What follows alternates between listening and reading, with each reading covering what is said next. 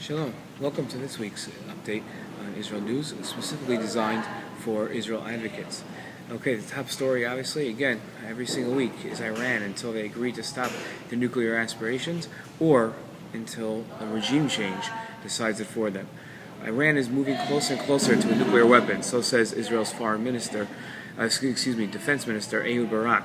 Speaking at a conference in Davos on the end of last week, said that we're getting really close to crunch time. These words were echoed by Pentagon Chief, the Defense Department Secretary, Leon Panetta, this week, where he also said that Iran, if it wanted to, within a year, could have a nuclear weapon, and within 2 to 3 years perfect its ability to deliver that nuclear weapon.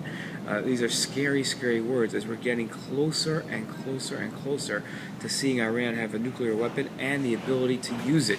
The combination, obviously, of the two are deadly. We want to make sure that neither of them happens.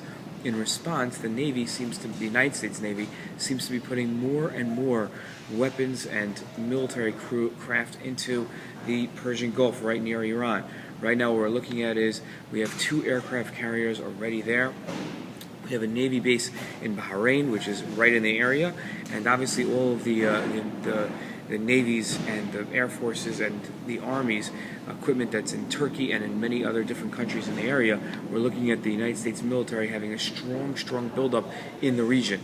All this pointing to trying to get Iran to realize that if it crosses a red line, that red line for America is the acquisition of nuclear weapons, or for the Americans, the closing the Strait of Hormuz. No one knows Israel's red line. They haven't said it, but trying to convince Iran that if it continues in this actions, not only will it face sanctions like it currently faces, but it will also face harsh military attack.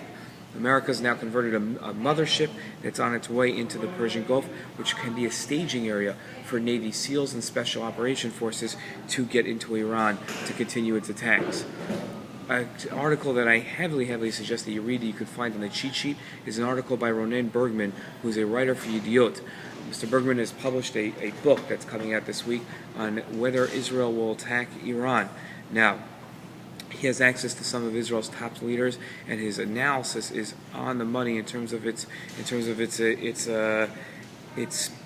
ability to read the situation correctly. He published a summary of it in the New York Times this week in the magazine section, and I have a link to it on the cheat sheet. I heavily suggest it's a long article, but that you really read it and really gain an understanding of what's going on. This will really give you a true understanding of what's happening. Onto the Palestinian front, we're watching again.